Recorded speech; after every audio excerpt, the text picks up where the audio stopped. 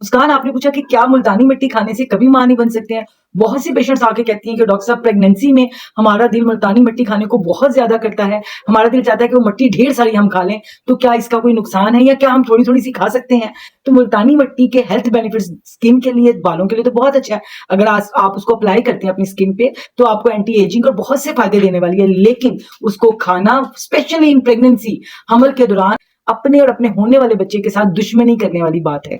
जो औरतें मुल्तानी मिट्टी खाने की जिनको क्रेविंग होती है प्रेगनेंसी में, वो इस चीज की निशानी है कि उनके अंदर आयरन डेफिशिएंसी है, उनके अंदर मिनरल डेफिशिएंसी है, उनके अंदर विटामिन की डेफिशिएंसी है। दैट्स वाई उनके अंदर से क्रेविंग होती है कि हम ये खा लें। तो जब आपको क्रेविंग्स हो तो आप अपने टेस्ट जरूर करवाएं और अपना आयरन, अपना विटामिन और अपनी कैल्शियम को पूरा करें। और अगर आप प्रेगनेंसी के दौरान थोड़ी सी भी मिट्टी खा लेते हैं तो उससे ये बिल्कुल नहीं है कि आप मां कभी नहीं बन सकते हैं।